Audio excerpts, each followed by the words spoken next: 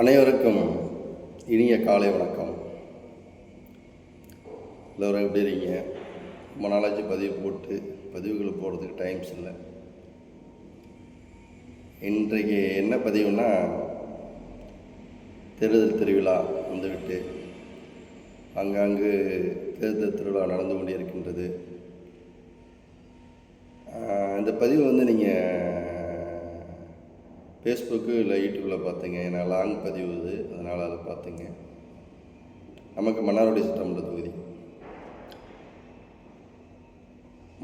சட்டமன்ற தொகுதி சிறிய கருத்து கணிப்பு. 1% நம்புங்க, 99% நீங்கள் நம்ப வேண்டாம். நம்ம பெரிய மகான் கிடையாது. நமக்கு கணிக்கிறதுக்கு நமக்கு தெரிஞ்ச அளவுக்கு ஒரு கருத்து கணிப்பு. மன்னார்குடி சட்டமன்ற தொகுதி முன்னொரு காலத்தில் அதிமுகவோட கோட்டை. பிறகு அது அப்படியே காலப்போக்கில் சில காரணத்தினால் டிஎம்கே கோட்டையாக மாறிவிட்டது.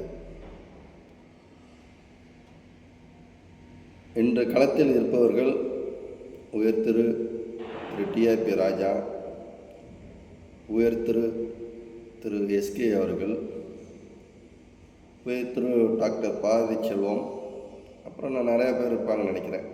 அவங்க நேம்லாம் தெரியலை. இவங்களாம் களத்தில் இருக்கிறார்கள். அனைவருமே நல்லவர்கள். வாக்களிப்பது உங்களோட உரிமை. உங்களுக்கு எங்கே விருப்பமோ அங்கே வாக்களியுங்கள். அதில் எந்த ஆட்சேபனையும் கிடையாது. என்னை பொறுத்தளவு எங்கள் வீட்டில் ஒரு 5 ஓட்டு நம்ம வாக்கு அளிக்க முடியாது, வெளிநாட்டில் இருப்பதனால். 4 ஓட்டுகள், 2 ஓட்டு திரு டிஆர்பி ராஜா அவர்களுக்கும், மற்ற 2 ஓட்டு திரு எஸ்கே அவர்களுக்கும் நம்ம போட்டுருவோம். அதில் ஏன்னா 2 பேருமே நம்ம ஏரியாக்காரவங்க. 2 பேருமே நம்ம ஒன்றும் சொல்ல முடியாது. அதில் என்ன ஒரு சின்ன இதில் யார் வெல்வதுங்கிறது மக்களுடைய கையில் இருக்குது. அதில் நமக்கு தெரியாது.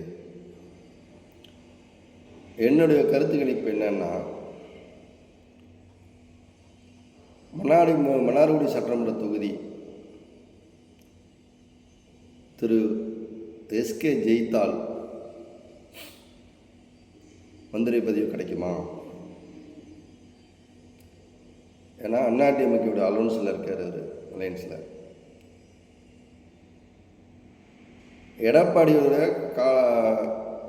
எடப்பாடியோடைய ஆதரவோடு திரு ஆர்கே அவர் நன்னில சட்டமன்ற தொகுதி நிற்கிறாப்புல.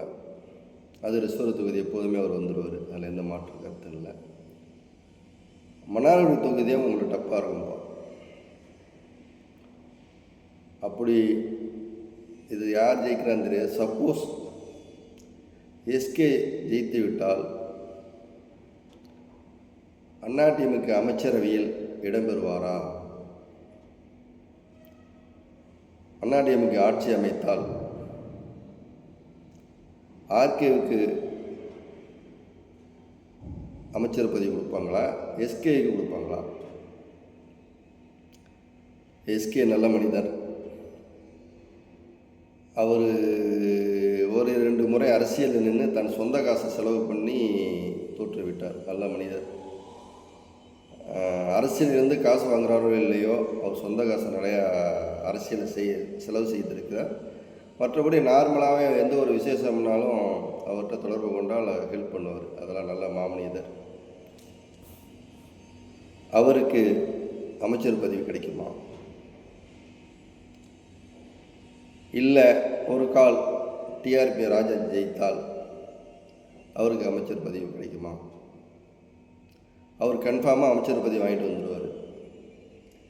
ஏற்கனவே சீனியராக இருந்த சாக்குட்ட அன்பழகன் இருக்கார், திரு பூண்டி வாண்டியார் இருக்கார். அவங்க இருக்கையிலே இவர் அமைச்சர் பதவியை வாங்கிவிட்டார். அது அவருடைய திறமை. அதில் நமக்கு ஒன்றும் சொல்ல விருப்பம் இல்லை. இப்படி இருக்கும்போது டிஎம்கே ஆட்சி அமைத்தால் கண்டிப்பாக திரு டிஆர்பி ராஜா அமைச்சர் பதவி வாங்கிட்டு வந்துடுவார். எஸ்கே ஜெயித்தால் அமைச்சர் பதவி வாங்குவாரா? அவர் ஜெயிக்கணும். ஏன்னா 2 முறை நம்ம நின்று தோற்று போயிருக்காரு. நல்ல மனிதர். தான் சொந்த காசை வந்து அரசியலில் நிறையா செலவு பண்ணிகிட்டு இருக்காரு. மற்ற நல்ல காரியங்களும் நிறையா செலவு பண்ணியிருக்காரு. சும்மா சொல்லக்கூடாது. எங்கள் ஊர் கும்பாபிஷேகம் கூட நல்லா காசெல்லாம் கொடுத்தாரு ஒரு நேரத்தில். இப்படி ஒரு சூழ்நிலை வந்து மன்னார்குடி சட்டமன்ற தொகுதியில் இருக்குது. திரு பாரதி செல்வம் அவர் வந்து என்ன இதில் ஓட்டு வாங்குறா போகிறான்னு தெரியல. இந்த டீல் நல்ல விதமாக முடியணும். இப்படி ஒரு சூழ்நிலைகள் இருக்குது.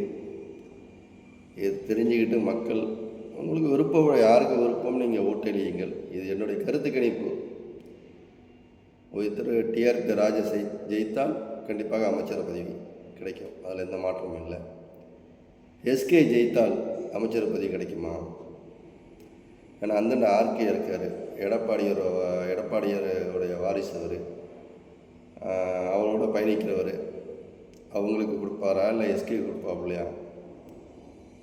எஸ்கேக்கு கொடுத்தால் இன்னும் நல்லா செய்வார். சும்மா சொல்கிறதா நல்ல விதமாக செய்வாப்புல. என்ன நடக்க போகுதுன்னு தெரியல. பொறுத்திருந்து பார்ப்போம். அனைவரும் நல்லபடியாக ஜெயிக்க எனது வாழ்த்துக்கள். ஓகே, பாய்.